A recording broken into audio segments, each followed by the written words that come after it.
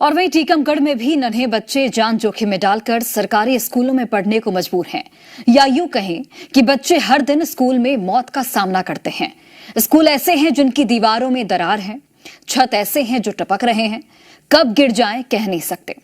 इन स्कूलों में बच्चों की हालत ऐसी है कि पढ़ाई पर ध्यान दें या फिर स्कूल की छत पर। स्कूल के प्रिंसिपल अधिकारियों से गुहार लगा रहे हैं, पत्र लिख रहे हैं, लेकिन सुध लेने वाला कोई नहीं है।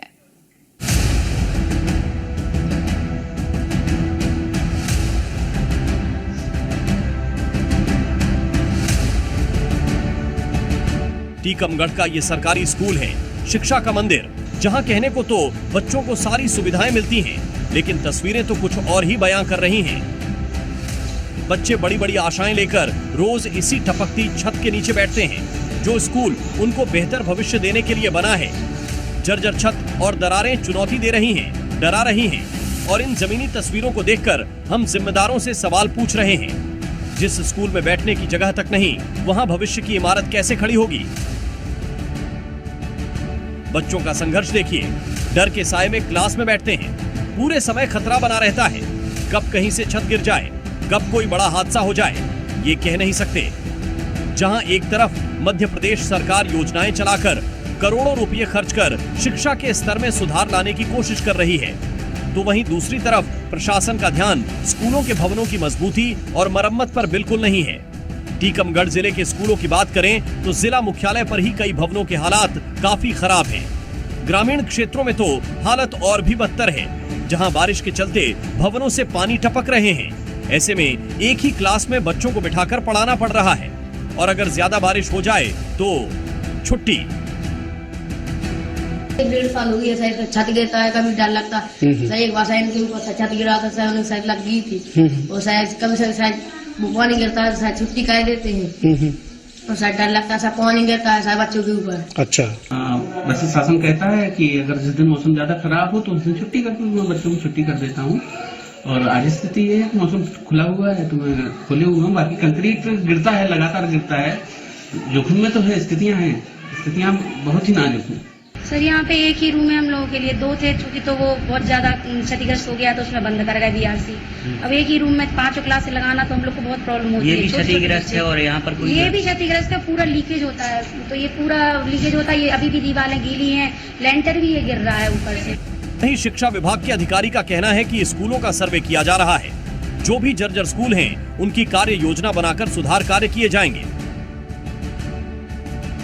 बिल्कुल ऐसी खबरें लगातार आ रही हैं, तो माननीय कलेक्टर महोदय के निर्देशन में हम सभी स्कूलों का सर्वे करवा रहे हैं, और कलेक्टर महोदय द्वारा अभी 53 स्कूलों की स्वीकृति प्रदान कर दी गई है, और 53 स्कूलों में हम सुधार कार्य कर रहे हैं। पिछले साल भी 25 स्कूलों में हमने सुधार कार्य किया था, और बाकी के जितने भी स्कूल हैं सभी स्कूलों के सुधार की हम कार्य योजना बना के सुधार कार्य करेंगे।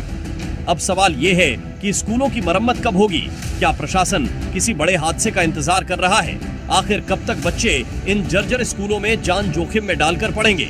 आखिर कब तक भविष्य ऐसे बेबस होकर संसाधनों की बाट जोहेगा?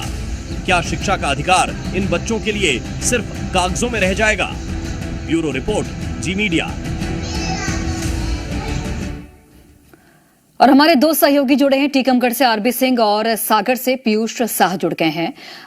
आरबी सिंह, आपका रुख कर लेते हैं सबसे पहले। जिस तरीके से टीकमगढ़ से जो तस्वीर सामने आई है, स्कूल जर्जर स्थिति में है और बच्चों को खासी परेशानी झेलनी पड़ रही है। कई बार गुहार लगाई जा चुकी है, लेकिन उसके बावजूद भी अभी तक सुनवाई नहीं हुई। इसके पीछे क्या वजह है, और जो दावे किए जाते हैं वो दावे फुलफिल क्यों नहीं हो पाते जमीनी स्तर पर? जी, आपको बता दूं कि टीकमगढ़ जिले के ग्रामीण क्षेत्रों की केवल बात नहीं है, जिला मुख्यालय पर भी कई विद्यालय जर्जर हालत में है, जहां पानी टपक रहा है, छत की कंक्रीट गिर रही है, और बच्चे वैसे भी उसी क्लासरूम में बैठ के पढ़ाई करने को मजबूर हैं। जहां उन बच्चों को पढ़ने में मन लगाना चाहिए, वो पढ़ने में मन लगाने की बजाय उन्हें ये हमेशा डर बना रहता है कि कहीं छत न टपक जाए, और इसकी जानकारी जिला प्रशासन को संबंधित शिक्षकों द्वारा भी दी गई है। हाँ। और फिलहाल इस पूरे मामले में शिक्षा विभाग द्वारा 200 विद्यालय चिन्हित किए गए हैं कि जिनकी हालत जर्जर है, और जिनमें से करीब 50 विद्यालयों को जिला कलेक्टर द्वारा स्वीकृति दी गई है उनकी रिपेयर के लिए। लेकिन इसमें देखना यह है कि जब 200 बिल्कुल सवाल यही आरबी सिंह की, जब कई बार शिकायत की गई है, लेकिन अभी तक किसी भी तरह का सुधार क्यों नहीं दिखा है? लौटती हूं आपके पास। पीयूष, आप जानकारी दीजिएगा। सागर से जो तस्वीर सामने आई है वो भी कहीं ना कहीं शिक्षा प्रणाली पर सवाल खड़ा करती है कि स्कूलों में क्या इंतजाम है, क्या व्यवस्थाएं हैं, ऐसे में बच्चे कैसे पढ़ पाएंगे? उनको तो हमेशा डर रहेगा कि कहीं कोई हादसा ना हो जाए।